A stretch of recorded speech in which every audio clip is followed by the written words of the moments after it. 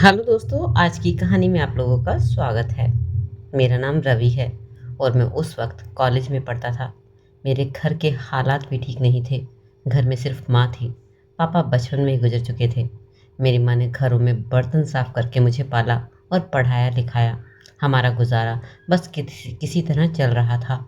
मैं अपनी ग्रेजुएशन कर रहा था। मेरा फर्स्ट ईयर था, लेकिन मुझे भी एहसास हुआ था कि मैं अपनी माँ की मदद करूं। मेरी माँ बहुत मेहनत करती थी, इसलिए एक दिन मैंने फ़ैसला किया कि मैं बच्चों को ट्यूशन दिया करूँगा। मैंने ये बात अपने टीचर से शेयर की तो सर को बहुत अच्छा लगा। उन्होंने मुझे बहुत ज़्यादा सपोर्ट भी किया। इसकी वजह से मैं अब ट्यूशन पढ़ाने लगा था। मैं 3 बजे ही फ्री हो जाता था और फिर 4 बजे सबके घर जा जाकर उनको 1 घंटा ट्यूशन देता था। मेरी माँ भी इस बात से बहुत खुश हो गई थी, क्योंकि मैं इस वजह से काफ़ी अच्छा भी कमा लेने लगा था। दिन इस तरह से गुजर रहे थे। एक दिन मेरे सर मुझे कहने लगे, बेटा, मेरी एक बेटी है जो कि 11th क्लास में पढ़ती है। अगर तुम मेरी बेटी को ट्यूशन दे दोगे तो मुझ पर तुम्हारा बड़ा एहसान रहेगा। मैं बहुत ज़्यादा हैरान हुआ, क्योंकि वह तो खुद ही इतने बड़े टीचर थे, तो वह अपनी बच्ची को अपने आप भी पढ़ा सकते थे। लेकिन कहने लगे, मेरी बेटी बहुत ज़्यादा शरारती है, मुझसे पढ़ती ही नहीं है। अगर तुम मेरी बेटी को पढ़ा दोगे तो मैं तुम्हें इसके लिए बहुत अच्छे पैसे दूंगा। उनकी बात सुनकर मैं बहुत खुश हो गया, क्योंकि मुझे पैसों की तो बहुत ज़रूरत होती थी। मैं जानता था सर बहुत अमीर हैं। वह प्रोफेसर थे। वह अपना ऑनलाइन बिजनेस भी करते थे, जिसकी वजह से मुझे काफ़ी अच्छी फीस भी दे सकते थे। मैं ट्यूशन पढ़ाने के लिए तैयार हो गया। मैंने कह दिया कि ठीक है सर, 1-2 दिन में मैं आपके घर आ जाऊंगा। लेकिन सर कहने लगे, बेटा, तुम आज से ही हमारे घर आ जाना। जैसे ही मेरी छुट्टी हुई तो मैं सर के साथ ही उनके घर पर सीधा चला गया। उन्होंने मुझे अपने हॉल में बिठाया और कहने लगे कि मैं भी अपनी बेटी को भेजता हूँ। मैंने 3-4 मिनट तक इंतज़ार किया और कुछ देर बाद उनकी बेटी मेरे सामने आ गई। जब मैंने उसे देखा तो मैं देखकर हैरान ही रह गया, क्योंकि वह तो बहुत ज़्यादा ही खूबसूरत थी।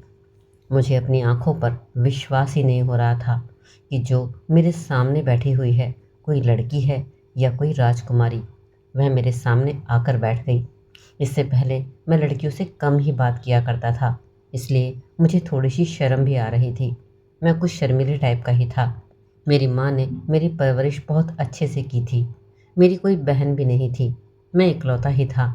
इसी कारण से काफ़ी सम्मान से मैं हर लड़की को देखता था और उनसे बातें भी करता था। कुछ देर मैं उसे पढ़ाता रहा। उसके बाद मैंने उससे कह दिया कि आज के लिए बस इतना ही काफ़ी है। यह सुनकर अपने घर चला गया, लेकिन मेरे दिमाग में उसका चेहरा घूम रहा था। बस उसी लड़की के बारे में मैं सोच रहा था। उस लड़की का नाम प्रिया था। प्रिया बहुत ही खूबसूरत थी। प्रिया मुझे काफ़ी ज़्यादा सीरियस नेचर की लग रही थी। देखने से लग ही नहीं रहा था कि वह किसी भी तरह से शरारती लड़की होगी। अगले दिन मैं हैरान हो गया, क्योंकि मैं बिना बताए प्रिया के घर पर चला गया था। जब मैंने प्रिया को घर के बाहर छोटी ड्रेस में देखा तो मैंने जल्दी ही अपनी आंखें झुका ली। वह अपने फ्रेंड के साथ खेल रही थी। मैंने उसे बस एक ही नज़र देखा था, लेकिन उसने जैसे ही मुझे देखा वह भागकर अंदर आ गई। कुछ ही देर बाद मेरे पास पढ़ने के लिए बैठ गई। अब उसने थोड़ी लॉन्ग शर्ट डाल रखी थी। इससे पहले तो उसने बहुत ही मिनी टॉप पहन रखा था। कहने लगी, कल मेरा टेस्ट है। मैंने उसे टेस्ट की तैयारी कराई और उसे उसके टेस्ट की सब चीज़ सिखाई। साथ ही उसे चेतावनी भी दी कि अच्छे नंबर लाना, नहीं तो सख्ती और बरतनी पड़ेगी, क्योंकि मैंने तुम्हें बहुत अच्छे से तैयारी करवाई है। मेरी बात पर कहने लगी, सर, मुझे बायोलॉजी बहुत मुश्किल लगती है। मैं अच्छे नंबर तो नहीं ला सकती, लेकिन हाँ, मैं पास ज़रूर हो जाऊंगी। उसकी बात पर मैं हैरान हो गया था, पर इससे पहले कि वह रोने लगती मैंने उससे कहा, चलो ठीक है, लेकिन अगर तुम फेल हो गई तो फिर। वह कहने लगी, फिर सर, आप मुझे कोई भी सज़ा देना चाहें तो मुझे मंजूर है। उसकी बातों में शरारत थी और वो हंसने लगी। मैंने कह दिया, ठीक है, अगर तुम फेल हुई तो मैं तुम्हें सज़ा ज़रूर दूंगा। अब मैं उसका इंतज़ार करने लगा कि कल टेस्ट में वह फेल हो जाए और मैं उसे कोई सज़ा दे सकूं। न जाने क्यों मुझे प्रिया को तंग करने में काफ़ी मज़ा आने लगा था। फिर अगले दिन भगवान ने मेरी सुन ली। वह टेस्ट में फेल हो गई। मैं तो खुशी से झूम उठा, लेकिन मैंने बनावटी गुस्सा दिखाया और प्रिया से कहने लगा, ये तुमने क्या कर दिया? मैंने तुम्हें इतनी अच्छे से तैयारी करवाई थी, तुम तब भी फेल हो गई। कहने लगी, सर आप मुझे जो भी सज़ा देंगे मुझे मंजूर है, बस मुझे पढ़ाया हुआ सब कुछ भूल जाता है। मैं क्या करती, मुझे बायोलॉजी सच में मुश्किल लगती है। वह बहुत ही मासूमियत से कह रही थी। मैंने उससे कहा कि मैंने तुमसे कल ही कहा था कि क्या आपने यही कहा था कि अगर मैं टेस्ट से ठीक से नहीं दूंगी और फेल हो गई तो आप मुझे सज़ा देंगे ना?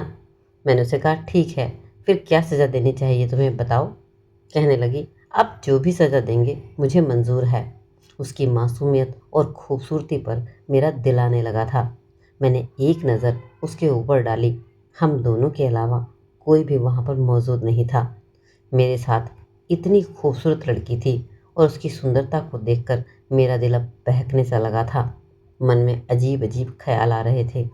मेरे पर शैतान सा सवार हो गया था। मैंने उसे धीरे से कहा, तो फिर ठीक है, तुम मेरे पास आ जाओ, मैं तुम्हें सज़ा देना चाहता हूँ। प्रिया बहुत ही मासूम थी। वह मेरी बात मान गई और मेरे पास आकर बैठ गई। मैंने उससे पूछा कि तुम कितने साल की हो?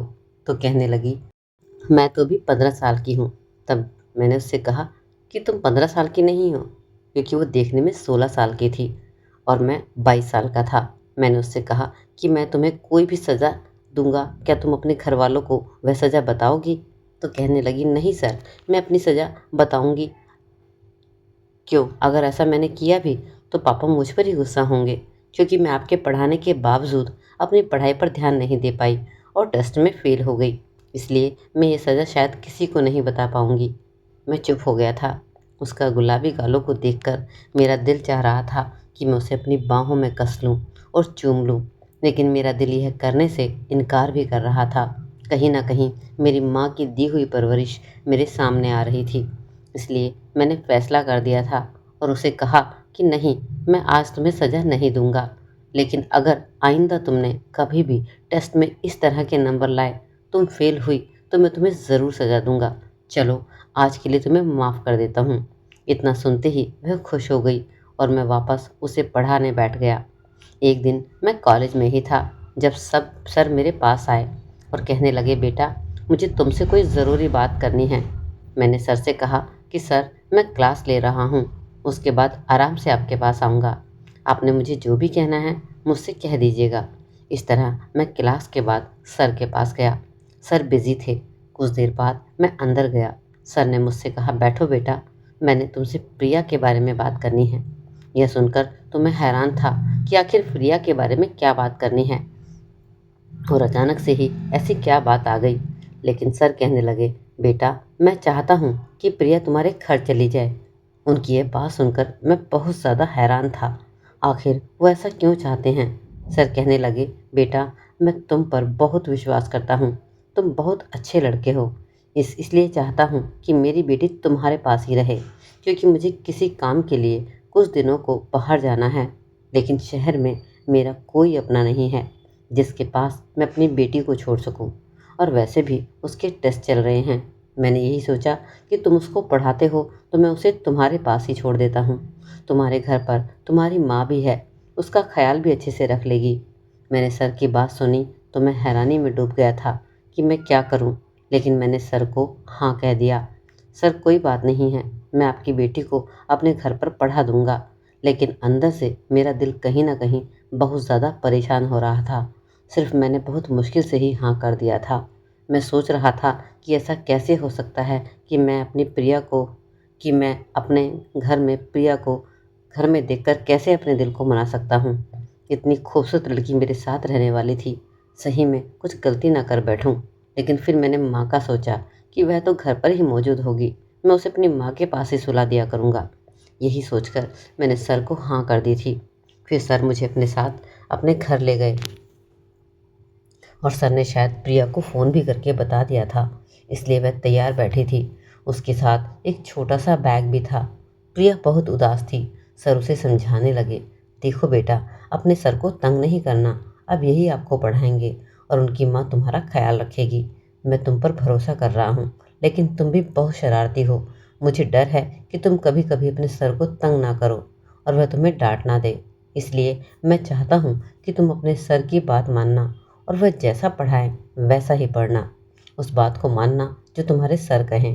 प्रिया कहने लगी, ठीक है पापा, मैं सर को शिकायत का मौका नहीं दूंगी, ना ही उन्हें मैं तंग करूंगी।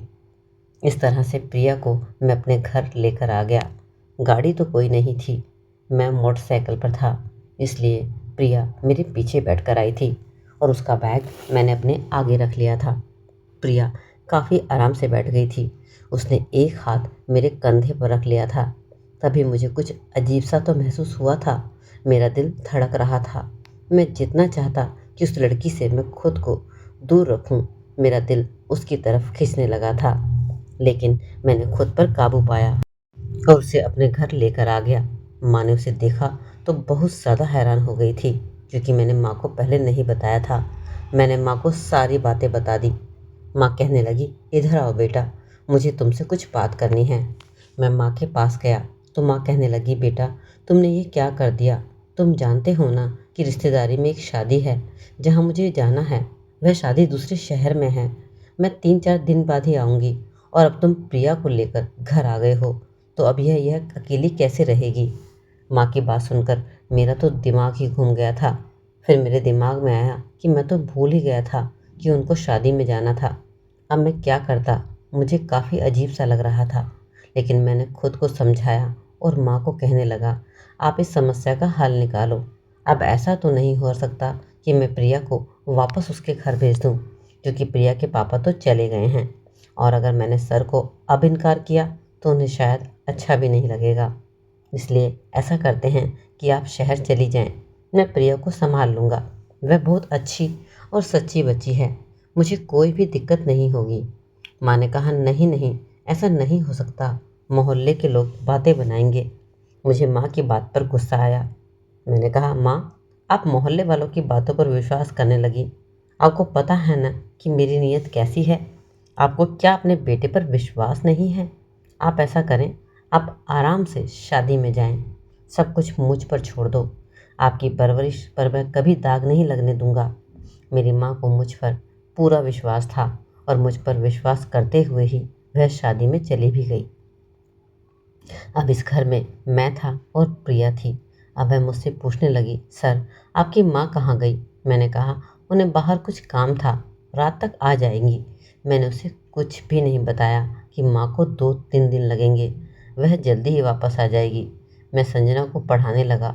मैंने उसे बायोलॉजी भी समझा दी थी, लेकिन उसे नहीं आती थी। वह कहने लगी, सर स्कूल में कल छुट्टी है, मुझे स्कूल नहीं जाना है, इसलिए बाकी का आप मुझे कल पढ़ा देना। मुझे भी याद आया कि कल तो छुट्टी है और मुझे भी कॉलेज नहीं जाना था, क्योंकि हमारे कॉलेज में एक स्पोर्ट्स डे होने वाला था, इसलिए मैंने छुट्टी ही करनी थी। अब मैं हैरान हो गया। मैंने प्रिया से कहा कि तुम सो जाओ, क्योंकि वैसे भी कल छुट्टी है तो मैं तुम्हें बाकी का सारा कल पढ़ा दूंगा। तो कहने लगी, ठीक है सर। मैंने उसको उसका कमरा दिखा दिया तो वह वहाँ पर जाकर चली गई। लेकिन फिर अचानक से मेरी माँ का ख्याल आया। कहने लगी, अभी तक आपकी माँ नहीं आई। मैंने उसे बहाना बनाया और कहा कि माँ रात को आ जाएगी, तुम टेंशन मत लो और आराम से जगकर सो जाओ। उसे मेरी बात पर विश्वास आ गया था, लेकिन अंदर से मैं भी परेशान हो गया था, क्योंकि मुझे अब लगने लगा था कि मुझे ऐसा नहीं करना चाहिए था। मुझे उससे झूठ नहीं बोलना चाहिए था, लेकिन मैं मजबूर था। मैं नहीं चाहता था कि प्रिया को पता चले कि इस घर में सिर्फ हम दोनों अकेले हैं और उसके दिल में मेरे लिए गलतफहमी पैदा हो जाए। वह अपने रूम में जाकर लेट गई तो मैं भी अपने कमरे में आ गया था। मैं गहरी नींद में था कि तभी मुझे ऐसा लगा जैसे आधी रात को कोई मेरे कमरे में आया है। मेरे कमरे में अंधेरा था। मुझे महसूस हुआ जैसे कोई मेरे बिस्तर पर आकर लेट गया हो। यह देखकर तो मेरे होश ही उड़ गए। अचानक मुझे प्रिया का ख्याल आया। मैंने जल्दी से अपने कमरे की लाइट जला दी, लेकिन जैसे ही मेरी नज़र प्रिया पर पड़ी तो मैं हैरान रह गया। मेरे बिस्तर पर प्रिया लेटी हुई थी।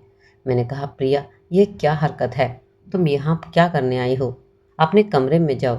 तो कहने लगी, सर बुरा मत मानना, लेकिन मुझे अंधेरे में और अकेले सोने की आदत नहीं है। मैं कभी भी अकेली नहीं रही हूँ और ना ही सोई हूँ। पापा के रूम में ही सोती हूँ। मैंने अपना बेड पापा के रूम में ही लगा रखा है और अगर मैं गलत नहीं हूँ तो मैं यह जानती हूँ कि घर में मेरे और आपके अलावा भी कोई मौजूद नहीं है, लेकिन मैं क्या करूँ? मुझे घर में अकेला लगता है। मैं नहीं सो सकती, इसलिए मैं आपके पास आ गई। मैंने उसकी बातें सुनी। उसके पागलपन पर मेरा जी चाहा अपना सर दीवार पर दे मारूं। ये कैसी लड़की है जो मेरे साथ रहने में शर्म महसूस नहीं कर रही है? मैंने उससे कहा, प्रिया, तुम इतनी छोटी भी नहीं हो कि तुम्हें अकेले रहने में डर लगे। हम दोनों एक रूम में एक साथ नहीं सो सकते। क्या अब यह भी मुझे तुम्हें समझाना पड़ेगा? इतनी भी तुम बच्ची नहीं हो। वह कहने लगी, मैं जानती हूँ, लेकिन मैं क्या करूँ? मैं मजबूर हूँ। मैं कभी भी अकेले नहीं सोई हूँ। मैं बहुत देर से रूम में अकेले सोने की कोशिश भी कर रही थी, लेकिन मुझे नींद ही नहीं आ रही थी और डर भी बहुत लग रहा था। इसलिए मजबूरी में मैं तुम्हारे कमरे में आई हूँ। मैंने सोचा चुपचाप आपके पैरों की तरफ जाकर सो जाऊंगी, लेकिन अकेले कमरे में नहीं सोऊंगी। यह कहकर उसने फिर से रोना शुरू कर दिया। उसकी आवाज़ मुझे अंदर तक बेचैन कर रही थी। मैंने जल्दी से कहा, अच्छा अब तुम चुप हो जाओ, मैं कोई इसका हल निकाल लेता हूँ। लेकिन मुझे तो कोई हल नज़र नहीं आ रहा था। इसलिए फिर मैंने फैसला किया कि एक कंबल निकाल कर उसकी जगह अपने बेड से कुछ साइड पर लगा देता हूँ और उससे कह दिया कि तुम यहाँ पर सो जाओ, मैं बेड पर सो जाता हूँ।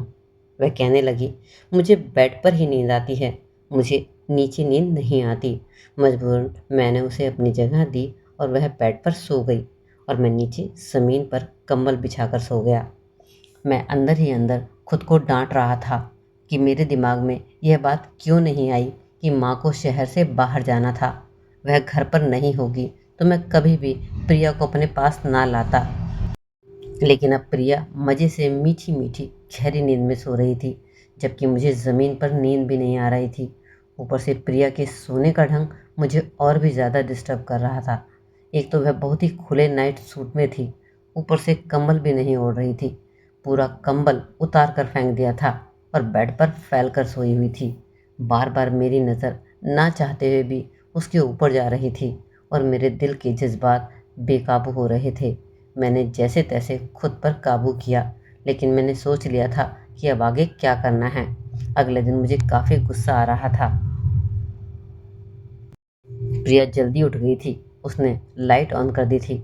मैंने उसे गुस्से से कहा कि ये क्या हरकत है? मैंने फैसला कर लिया था कि अब उसे मैं डांट कर ही रहूँगा और उसे इतना डांटूंगा कि उसे पता चल जाएगा कि उसने क्या किया है। किसी तरह जैसे तैसे मैंने उसे पढ़ाना शुरू किया तो मैंने उसे काफ़ी डांटा। उसे टॉपिक बार बार याद करने को कहा और जब उसे याद नहीं हो रहा था तो मैंने गुस्से में उसे एक चांटा भी मार दिया। वह अपना गाल पकड़े हैरत से मुझे देख रही थी। मैंने जानबूझकर मारा था ताकि वह रात को मेरे करीब फिर से ना आए। मैं नहीं चाहता था कि जज्बात में आकर मैं कोई गलत कदम उठा बैठूं। प्रिया भी समझ गई थी। बड़ी बड़ी आंखों से आंसू भरकर कहने लगी, ठीक है, मैं आपको कभी भी तंग नहीं करूंगी। मैं वापस अपने घर चली जाती हूँ। लेकिन मैं अभी मजबूर था। मैं उसे उसके घर वापस नहीं भेज सकता था। ऐसे करते करते 3 दिन गुजर गए और मुझे बहुत बुरा लग रहा था। लेकिन उसके बाद प्रिया ने अपने पापा को बता दिया, लेकिन सर ने मुझे कुछ भी नहीं कहा था। वह तो बल्कि शर्मिंदा थे और कहने लगे कि मैं माफ़ी चाहता हूँ। मैं जानता था कि मेरी बेटी शरारती है, वह कोई ऐसी हरकत ज़रूर कर देगी। मैंने सर को कहा, कोई बात नहीं, मैं जानता हूँ प्रिया अभी छोटी बच्ची है, नादान है, उसे समझ नहीं थी, इसलिए मैंने भी उसे इजाज़त दे दी थी। लेकिन अगले दिन सर ने कह दिया कि प्रिया तुमसे अब नहीं पढ़ेगी, उसके लिए कोई लड़की का इंतज़ाम करूँगा।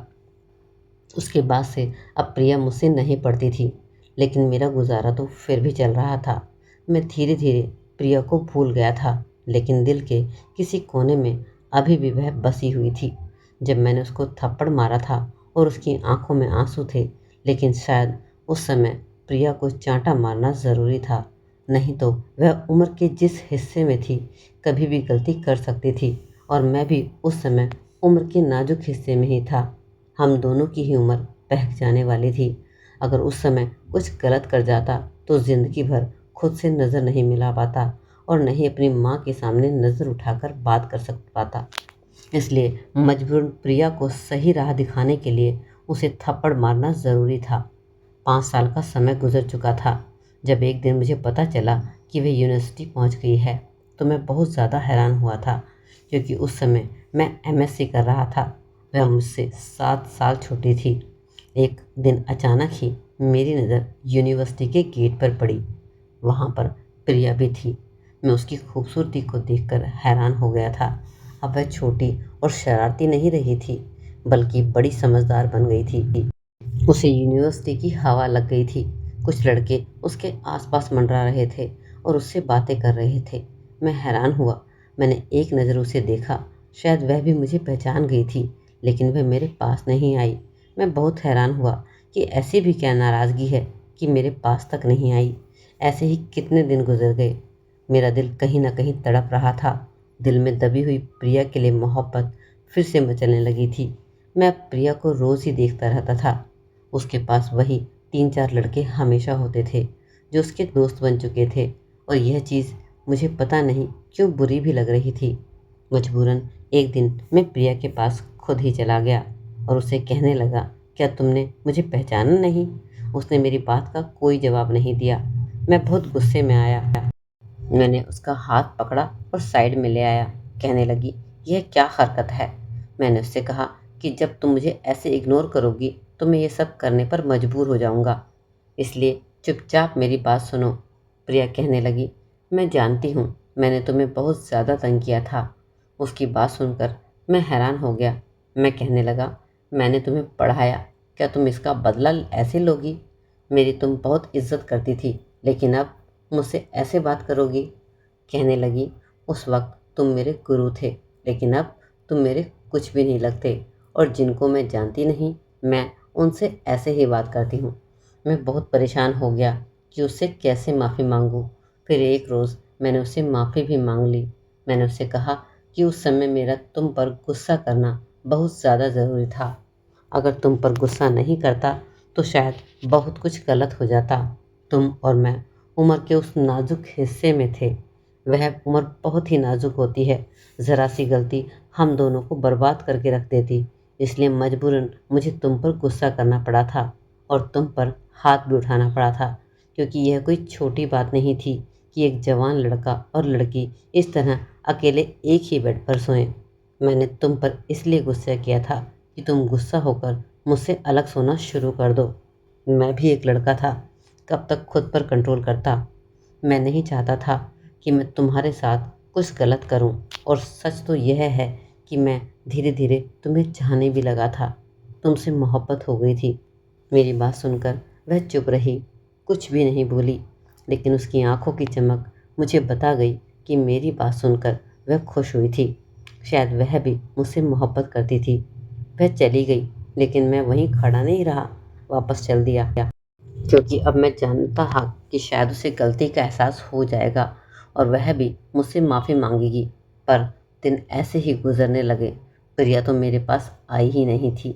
कुछ दिन ऐसे ही फिर से गुजर गए। एक रोज़ किसी ने मुझे पीछे से आवाज़ लगाई।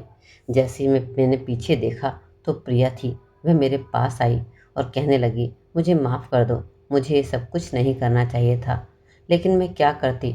मुझसे आज तक किसी ने ऐसे बात ही नहीं की थी जिस तरह से तुमने की थी। तुमने मुझे पढ़ाया, उसका बहुत बहुत धन्यवाद, लेकिन मैं बहुत नाजुक थी।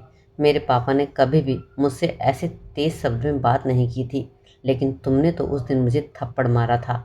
तब से भी मैंने फैसला कर लिया था कि मैं अपने पापा को बता दूंगी और तुमसे अब नहीं पढ़ूंगी, और अपने पापा से कहकर कोई दूसरा टीचर रख लूँगी। उसकी बात सुनकर मैं थोड़ा सा मुस्कुराने लगा। अगले दिन मैंने अपनी माँ को अपना रिश्ता लेकर प्रिया के पापा के पास भेज दिया। मेरे सर भी इस रिश्ते पर कोई एतराज़ नहीं जताया, खुशी खुशी रिश्ते के लिए राज़ी हो गए। और ठीक 20 दिन बाद प्रिया मेरी दुल्हन मेरे कमरे में बैठी हुई थी, और मैं उसके सामने बैठा था और उसको निहार रहा था, और वह शर्म से अपने आप में सिमटी जा रही थी। मैंने उसका हाथ थामते हुए कहा, प्रिया, तुम पूरे अधिकार के साथ मेरे बिस्तर पर मेरे साथ मुझे चिपक कर सो सकती हो, क्योंकि अब तुम मेरी पत्नी हो। यह कहकर मैंने प्रिया का हाथ चूम लिया और वह शर्माते हुए मेरे सीने से लग गई। तो दोस्तों, ये थी आज की इमोशनल कहानी से आपको क्या सीख मिली ज़रूर बताइएगा। अच्छी लगे तो चैनल को लाइक और सब्सक्राइब ज़रूर कर दीजिए। मिलते हैं ऐसी कहानी के साथ एक नई वीडियो, तो लिख कर बाय बाय।